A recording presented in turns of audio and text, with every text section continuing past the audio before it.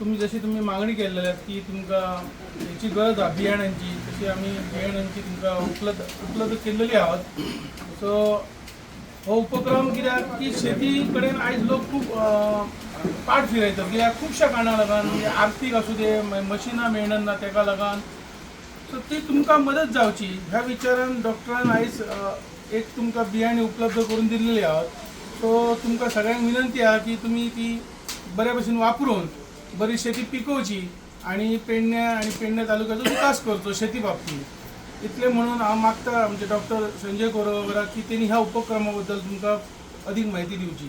उपक्रम तुम्ही मागणी केल्या प्रमाणे हांवें बियाण्याची गरज आसा तुमकां, तुम्ही मागणी केली म्हणून मी उपलब्ध केली आसा. पण म्हाजो लॉंग टर्म जो आसलो प्रोजेक्ट म्हणून आजकाल हांवें ह्या वर्सा कांयच करूंक ना शेता बद्दल.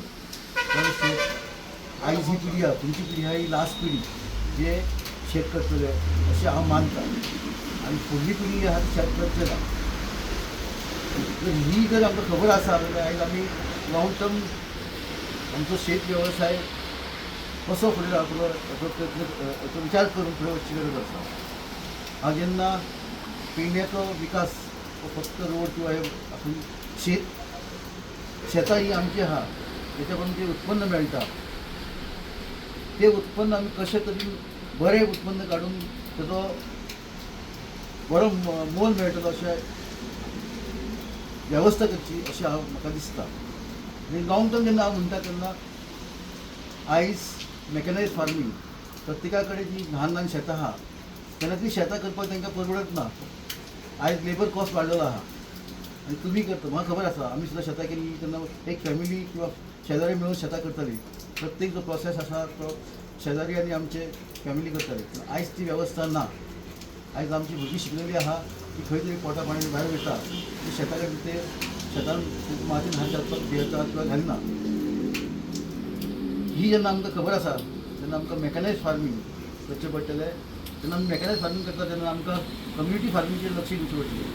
जे 15-20 लोक आहा जे एकठांय येवन त्या सायडीन एक कम्युनिटी फार्मिंगाचो ग्रूप करचो. आनी एकदा तो ग्रूप जाल्या नंतर जी आमी मॅकनायज फार्मींग म्हणटा, म्हणजे प्रत्येक जो प्रोसेस आहा तो मॅकनायज, तेचो लेबर लागचो ना. त्याच बरोबर community farming, mechanise farming, scientific farming म्हणटा आनी ऑर्गेनीक फार्मींग, हे 4 मंत्र घेवन आमी फुडें वयतले. आमची शेती फुडें वयतली. आमच्या भुरग्यांक शेती करपाची गरज ना. पण जर ही कम्युनिटी फार्मींग केलें तर एक वेवस्था निर्माण जातली. एक सोसायटी आसल्या कारणान तो वेवसाय आहा शेताचो तो फुडें वयतलो अशें म्हाका दिसता. म्हणून हांवें लॉंग टर्म जो विचार केलेलो आसा, शॉर्ट टर्म हांव करिना. ह्या वर्सा लोकांनी खुबशे लोकांनी बियाणे खत दिले आहा, पूण म्हाजो तो विचार नासलो. तुमी आयले एक मागणी केली म्हणून आमी ही बियाणी तुमकां दिवपाचो आयज जो प्रोग्राम दवरलेलो आसा. पण आमकां परत सांगता आयज जी पिढी आहा ती लास्ट पिढी. तेच्या फुडली पिढी शेत करचें ना. आनी शेत करना जाल्यार अशी पडीक जमीन आहा ती कसल्याच कामाची ना. तेन्ना परत ह्या शेता कडेन लक्ष दिवपाची गरज आसा. रिवायवल आयज जवळ जवळ 60% शेतां आमची पडीक जालेली आसा पेडण्याक. आनी 40% जी शेतां आसा लोक खंय तरी मेहनत करता, जी लास्ट जनरेशन आहा ते काम करून शेताचे फुडें व्हरता. पण आयज आमी जर कम्युनिटी फार्मिंगाचेर लक्ष दिलें ग्रूप करून, तशेंच म्हाजो एक विचार आहा की कम्युनिटी फार्मींग त्या नंतर विलेज फार्मींग ग्रूप आनी मागीर फेडरेशन, तालुका फेडरेशन किंवा पेडणे तालुक्याचो एक फेडरेशन करप. हे 3 स्तराचेर आमची प्रयत्न आसा की ह्या 3 स्तराचेर आमी वेवस्था निर्माण केलो त्या लोकांक खूब फायदो जातलो आनी शेतीचो वेवसाय फुडें वयतलो, तसोच रावतलो. आयज तुमी सगळे आयल्या बद्दल तुमचे सगळ्यांचे धन्यवाद.